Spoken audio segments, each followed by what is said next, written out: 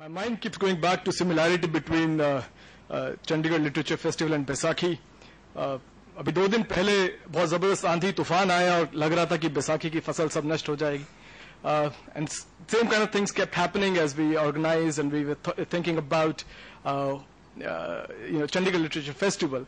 But today we have a bright and sunny day and we have such lovely faces here. So it shows that yes, if you work hard, it does come to some good result. Chandigarh, as Mitul was saying, we want to put Chandigarh on the literary map. To further talk about it, may I request Braj Mohan Singh ji, the editor at Dainik Bhaskar, to please come and share with us why another literature festival when there are so many happening all over, and why in Chandigarh. Mr. Braj Mohan Singh.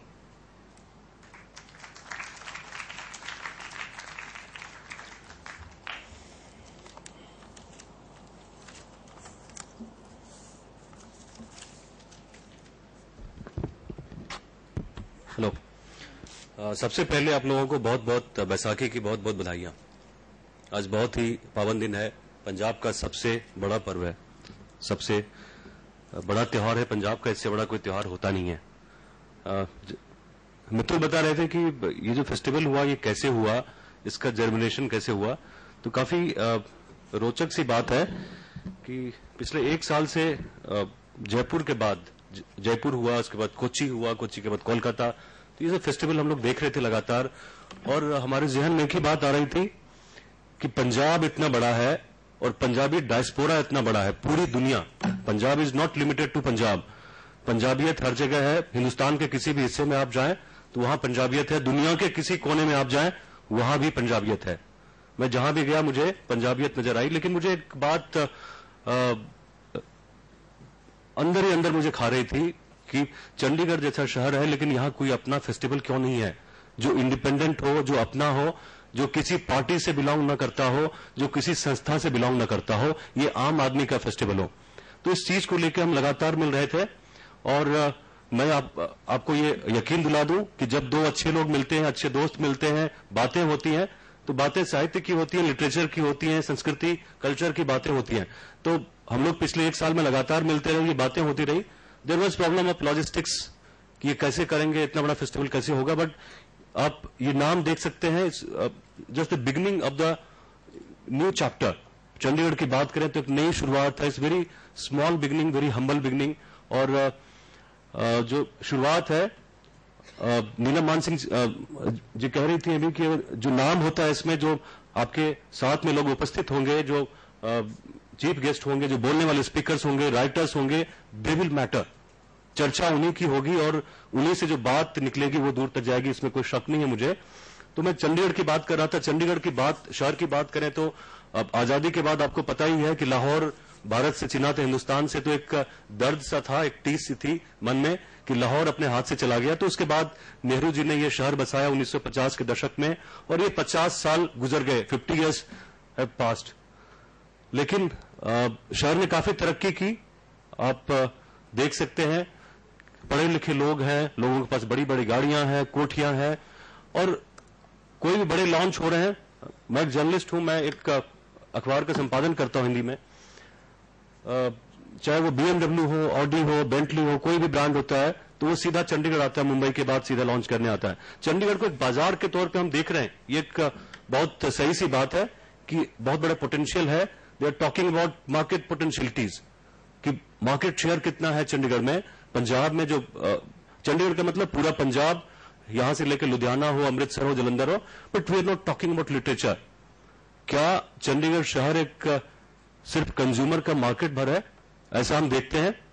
मुझे लगता है ऐसा देखना गलत है. ये जो एक पोटेंशियल है, एक जो शहर की आत्मा भी है, ये एक ईंट और मिट्टी और गारे का बना हुआ शहर नहीं है. अभी जब से बात चली कई लोग ये कह रहे थे कि ये ईंटों का शहर है और ये जो इमारतों का शहर है, इसमें साहित्य की बात क्या करोगे. कई लोग फेसबुक के ऊपर इस तरह की मैसेज डाल रहे हैं. मैं जितने भी सवालात हैं, जितने भी सवाल हैं, सबका स्वागत करता हूं. लेकिन मैं ये मान के चलता हूं कि जो शहर की आत्मा है उसको अभी तक हम लोगों ने टटोला क्यों नहीं है, उसको छुआ क्यों नहीं. अगर नहीं छुआ तो गलती हमारे अंदर है। हमारे पास, मैं खुद से सवाल पूछता हूं, क्या मेरे पास वक्त नहीं है लिटरेचर के लिए, साहित्य के लिए वक्त नहीं है? ऐसा बिल्कुल नहीं है, ऐसा कतई नहीं है कि हमारे पास वक्त नहीं है साहित्य के लिए। वक्त निकालना पड़ेगा। आप जयपुर की बात करें, जयपुर बहुत बड़ा शहर है, पुराना शहर है। चंडीगढ़ के भी 50 साल से ज्यादा हो गए, मोर देन 50 ईयर्स। और जब हम पंजाब चंडीगढ़ की बात करते हैं तो सिर्फ चंडीगढ़ की बात नहीं करते, we talk about entire Punjabi diaspora. पूरी दुनिया में जो पंजाबी बसे हुए हैं उनके बारे में हम बात करते हैं।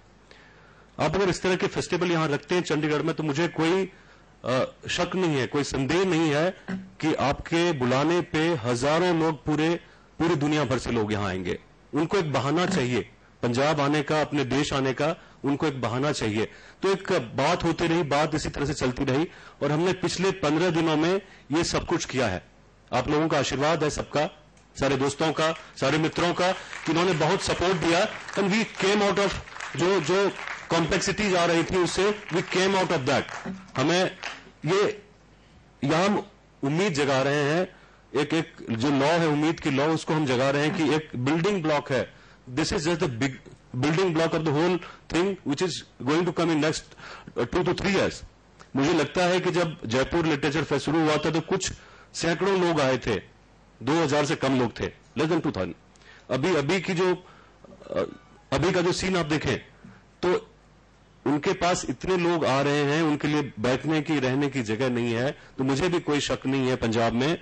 चंडीगढ़ की बात करें तो चंडीगढ़ हर कोई आज आना चाह रहा है। किसी को भी आप बोलें कि चंडीगढ़ के टिकट हम भेज रहे हैं, they are ready to come. कोई दिक्कत नहीं है, कहीं प्रॉब्लम नहीं है। अभी शुरुआत भर करने की जरूरत थी तो लोग आए हैं। तो मेरा अनुमान यही है कि अब धीरे धीरे ये जो ग्रुप है, जो किसी एक विचारधारा से, किसी एक फिलॉसफी से, किसी एक धारा से हम बिलोंग नहीं करते हैं, वी आर इंडिपेंडेंट थिंकर्स। हम सोचते हैं, समझते हैं, और जो सोचने की जो आजादी है, अभिव्यक्ति की आजादी, उसमें हम यकीन करते हैं। We welcome all. किसी भी भाषा से, किसी भी मजहब से, किसी भी संस्था से जुड़े हुए लोग हों, they are welcome to the Adab foundation. इसमें कोई भी विचारधारा नहीं है, सभी बिल्कुल फ्रीडम ऑफ एक्सप्रेशन में यकीन रखते हैं और हम सबका स्वागत करते हैं। और उम्मीद मैं ये कर रहा हूं कि आने वाले जो 2 दिन होंगे, आज, कल और परसों, तो इसमें ज्यादा लोग उपस्थित होंगे चंडीगढ़ से। अभी तो आवाज निकलेगी तो मुझे लगता है कि लोगों के घरों तक और लोगों के कानों तक जरूर पहुंचेगी। और अभी बहुत अच्छी शुरुआत हुई है और आने वाले 2 दिन और भी ज्यादा गुलजार होंगे, मैं यही उम्मीद कर सकता हूं। और यही प्रार्थना करता हूं, आज बैसाखी का दिन है, कि यहां से एक बहुत ही अच्छी शुरुआत हो और ये जो फेस्टिवल है, इसका जो स्वरूप हो, इसका जो एक डायमेंशन हो, वो काफी बड़ा हो आने वाले सालों में। और पूरी दुनिया से लोग यहां आए, सिर्फ हिंदुस्तान से नहीं, पूरी दुनिया से लोग, पूरे जहान से लोग आए और यहां आके इसको बहुत ही बड़ा एक पर्व के तौर पे हमने शुरू किया था। बैसाखी का दिन चुना था इसलिए कि आज सरकारी छुट्टी होती है। आपको एक चीज और भी बता दूं, बहुत ही रोचक है। ये जो फंक्शन यहां आप देख रहे हैं कि ये लॉ भवन में हो रहा है, ये कहीं और होना था। ये होना था किसी सरकारी भवन में, लेकिन सरकारी छुट्टियां होती हैं, इस वजह से वहां नहीं हो पाई। एक तरह से अच्छा भी हुआ कि हम अपनी मर्जी से, कि ऑफिस कब बंद होता है, दफ्तर कब बंद होता है, सरकारी जो बाबू हैं उनसे हम आजाद हैं। हम अपनी मर्जी से करेंगे फेस्टिवल, हम अपनी मर्जी के मालिक हैं, लोगों की मर्जी के मालिक हैं। हमारे ऊपर कोई ब्यूरोक्रेसी, कोई नेता, किसी का कोई दबाव नहीं होगा।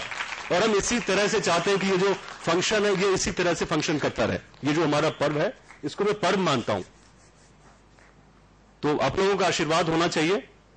तो यही हम दुआ करते हैं बैसाखी के दिन कि ये जो अदब फाउंडेशन है और ये जो लिटरेचर फेस्ट है, चंडीगढ़ का अपना पहला फेस्टिवल, ये फलता रहे, फूलता रहे और आप लोगों का आशीर्वाद इसी तरह से कायम रहे। बहुत बहुत शुक्रिया और आप लोगों को एक बार फिर से बैसाखी की लख लख बधाइयां।